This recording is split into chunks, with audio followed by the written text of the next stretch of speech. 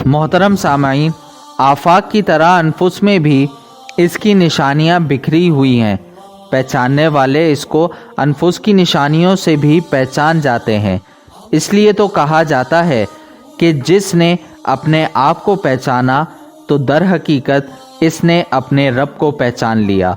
یہ عرفان نفس بھی بڑی چیز ہے۔ خود اپنی حقیقت کو تلاش کرو، تمہیں خدا مل جائے گا۔ پھر انہی انفس و آفاق میں کسی کو معرفت کسی ذریعے سے حاصل ہوتی ہے تو کسی کو کسی اور ذریعے سے۔ حضرت علی رضی اللہ تعالیٰ عنہ فرماتے ہیں کہ میں نے اپنے رب کو اپنے عزائم کی شکست اور رخت سے پہچانا۔ کسی معاملے میں ہم ناکام ہو جاتے ہیں تو یہ ناکامی ہی ذریعہ معرفت بن جاتی ہے، بشرط یہ کہ فکر اور نظر سے کام لیا جائے۔ لکو دک صحرا میں دو بدو سفر کر رہے تھے۔ چلتے چلتے ایک نے کہا یہاں سے کوئی اونٹ گزرا ہے۔ دوسرے نے حیران ہو کر پوچھا تجھے کیسے معلوم؟ کہا یہ راستے میں پڑی ہوئی مینگنیاں بتا رہی ہیں۔ دوسرے بدو نے فوراً تسلیم کر لیا۔ افسوس کہ اتنی عقل بھی آج کے مادہ پرستوں میں نہیں ہے۔ انہیں کائنات میں خدا کے سوا سب کچھ نظر آتا ہے، جبکہ صوفیاء اکرام کو خدا کے سوا کچھ بھی نظر نہیں آتا۔ اور دوسرے بدو کے برابر عقل موسیٰ علیہ السلام کے زمانے کے بنی اسرائیل کو بھی نہیں تھی۔ تبھی تو کہا تھا لن نؤمن لک حتی نری اللہ جہرۃ، اے موسیٰ ہم خدا کو اعلانیہ دیکھے بغیر آپ پر ہرگز ایمان نہیں لائیں گے۔ ایک طرف یہ نامعقولیت ہے تو دوسری طرف منکرین۔ خدا سے جب پوچھا جاتا ہے تو خدا کا اقرار بھی کر لیتے ہیں۔ وَلَئِن سَأَلْتَهُمْ مَنْ خَلَقَ السَّمَاوَاتِ وَالْأَرْضَ وَسَخَّرَ الشَّمْسَ وَالْقَمَرَ لَيَقُولُنَّ اللَّهَ فَأَنَّىٰ يُؤْفَكُونَ۔ اگر تم ان سے پوچھو کہ زمین و آسمان کو کس نے پیدا کیا ہے اور چاند اور سورج کو کس نے مسخر کر رکھا ہے تو ضرور کہیں گے کہ اللہ نے، پھر یہ کدھر سے دھوکہ کھا رہے ہیں۔ وَلَئِن سَأَلْتَهُمْ مَن نَّزَّلَ مِنَ السَّمَاءِ مَاءً فَأَحْيَا بِهِ الْأَرْضَ مِن بَعْدِ مَوْتِهَا لَيَقُولُنَّ اللَّهَ قُلِ الْحَمْدُ لِلَّهِ بَلْ أَكْثَرُهُمْ لَا يَعْقِلُونَ۔ اگر تم ان سے پوچھو کس نے آسمان سے پانی برسایا اور اس کے ذریعے سے مردہ پڑی ہوئی زمین کو زندگی بخشی تو وہ ضرور کہیں گے کہ اللہ نے۔ خدا کا اقرار بھی ہے، خدا کا انکار بھی ہے، یہ کیسا تضاد ہے؟ اب سوال یہ ہے کہ ہمیں کیسے معلوم ہو کہ معرفت کس کو حاصل ہے اور عارف کون ہے؟ خود ہم اپنے آپ کو کیسے جانچیں کہ ہمیں معرفت حاصل ہے یا نہیں؟ ہم نے خدا کو پہچانا کہ نہیں؟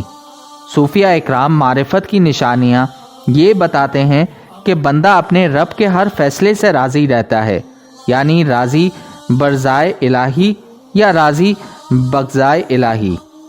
بندہ خدا کی مشیت کے آگے اپنی مشیت سے دستبردار ہو جاتا ہے۔ دراصل مشیت بندے کی نہیں، خدا کی ہے۔ وما تشاءون الا ان یشاء اللہ ان اللہ کان علیما حکیما۔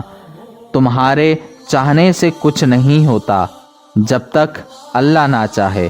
وہ فعال لما یرید ہے، وہ جو چاہتا ہے کرتا ہے۔ موت و حیات اسی کے ہاتھ میں ہے۔ وہ مارنا چاہے تو کوئی جلا نہیں سکتا، وہ جلانا چاہے تو کوئی مار نہیں سکتا۔ عزت و ذلت اسی کے اختیار میں ہے۔ وہ عزت دے تو کوئی ذلیل نہیں کر سکتا، وہ ذلیل کر دے تو کوئی عزت نہیں دے سکتا۔ صحت بھی اس کی طرف سے ملتی ہے، بیماری بھی اس کی طرف سے آتی ہے۔ بیمار بھی وہی کرتا ہے، شفا بھی وہی دیتا ہے۔ غرض وہی قادر مطلق ہے، مالک ہرد و سرا ہے، احد و صمد ہے، لم یلد ولم یولد ہے۔ وہی سمیع و بصیر ہے، وہی علیم و خبیر ہے، وہی خالق و ارض و سما ہے، وہی مالک کون و مکاں ہے، وہی لا فانی ہے، وہی لا ثانی ہے۔ اس کو مانو، اسی کے آگے سر نیاز جھکاؤ، اسی سے ڈرو، اسی پر مرو، اسی سے امید رکھو، اسی پر بھروسہ رکھو، اسی سے سرگوشی کرو، اسی سے چپکے چپکے باتیں کرو۔ وہی مجیب الدعوات ہے، وہی قاضی الحاجات ہے، وہی یاروں کا یار ہے، وہی حق، وہی پروردگار ہے۔ اسی کے پاس جانا ہے، اسی کو منہ دکھانا ہے، وہی مرجع، وہی ٹھکانہ ہے۔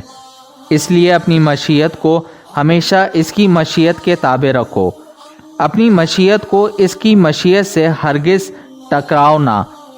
کبھی سوچا یہ ہر معاملے میں انشاءاللہ کہنے کی تعلیم کیوں دی گئی ہے؟ اس کا صرف ایک مقصد ہے کہ ہر معاملے میں تم اپنی مشیت کی نفی کرتے رہو۔ اس لیے کہتا ہوں کہ اگر انسان صاحب عقل و فہم ہو تو وہ صرف اس ایک فکرے انشاءاللہ پر ہی غور کر کے خدا کی معرفت حاصل کر سکتا ہے۔ غرض تم جتنا انفس و آفاق میں غور کرتے جاؤ گے تم کو اتنی ہی معرفت حاصل ہوتی جائے گی۔ اب یہاں ایک بات اور سمجھ لیں، اس معرفت کا ایک تقاضا ہے اور وہ ہے مراقبہ حضور و شہوت۔ یہ مراقبہ تصوف اور طریقت کی روح ہے، یہ کلید طریقت ہے۔ اللہ تعالیٰ کا ارشاد ہے وَكَانَ اللَّهُ عَلَى كُلِّ شَيْءٍ رَقِيبًا، اور اللہ ہر چیز کو دیکھ رہا ہے۔ حدیث جبریل کے مالا احسان کے جواب میں رسول اکرم صلی اللہ علیہ وسلم نے فرمایا، یعنی احسان یہ ہے کہ تم اللہ کی بندگی اس طرح کرو گویا تم اس کو دیکھ رہے ہو، کیونکہ اگرچہ تم اس کو نہیں دیکھتے ہو مگر وہ تو تم کو دیکھتا ہی ہے۔ بندہ چونکہ اللہ کو دیکھ نہیں سکتا، لا یدرک الابصار، نگاہیں اس کا ادراک نہیں کر سکتی، اس لیے حضور اکرم صلی اللہ علیہ وسلم نے لفظ گویا کے فرمایا۔ دوسری صورت یہ ہے کہ خدا تو بندے کو دیکھتا ہی ہے، مراقبہ یہی ہے کہ بندے کو معلوم ہو کہ اللہ اسے دیکھ رہا ہے، اور بندے کا اس حالات میں ہمیشہ اپنا مراقبہ ہے۔ یہ مراقبہ ہر نیکی کی اصل ہے۔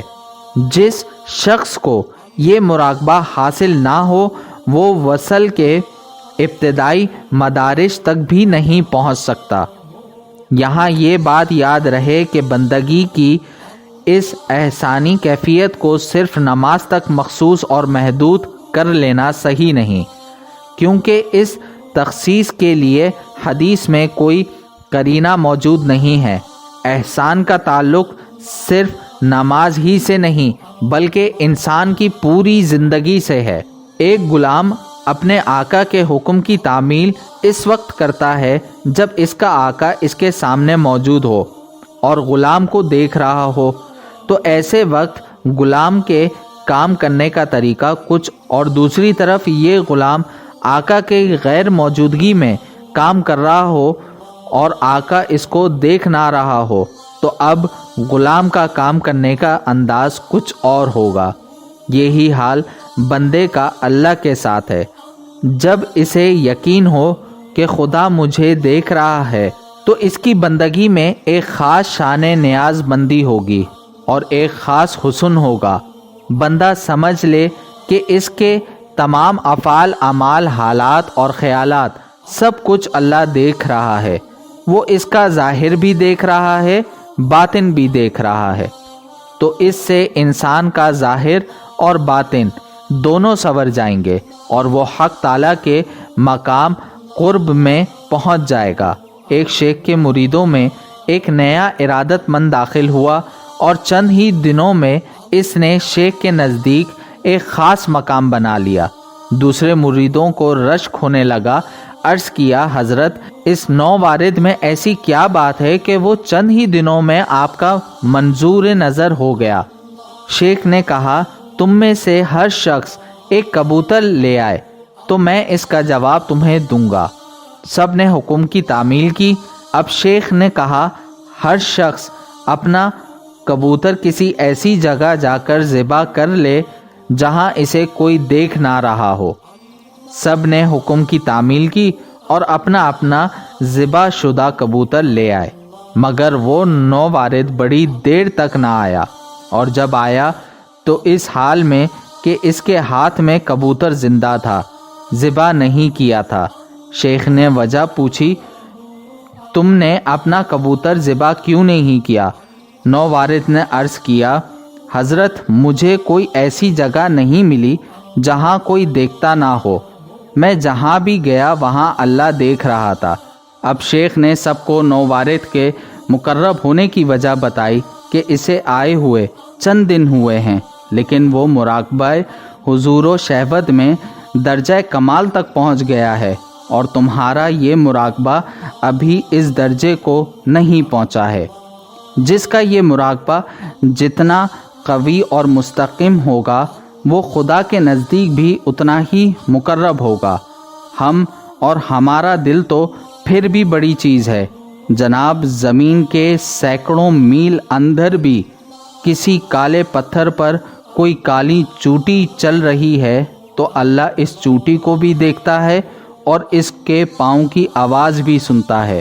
دعا کریں کہ اللہ تعالی ہم سب کو اس مراقبے میں درجہ کمال تک پہنچا کر اپنی معرفت نصیب فرما دے۔ آمین ثم آمین و ایاکم۔ سبحان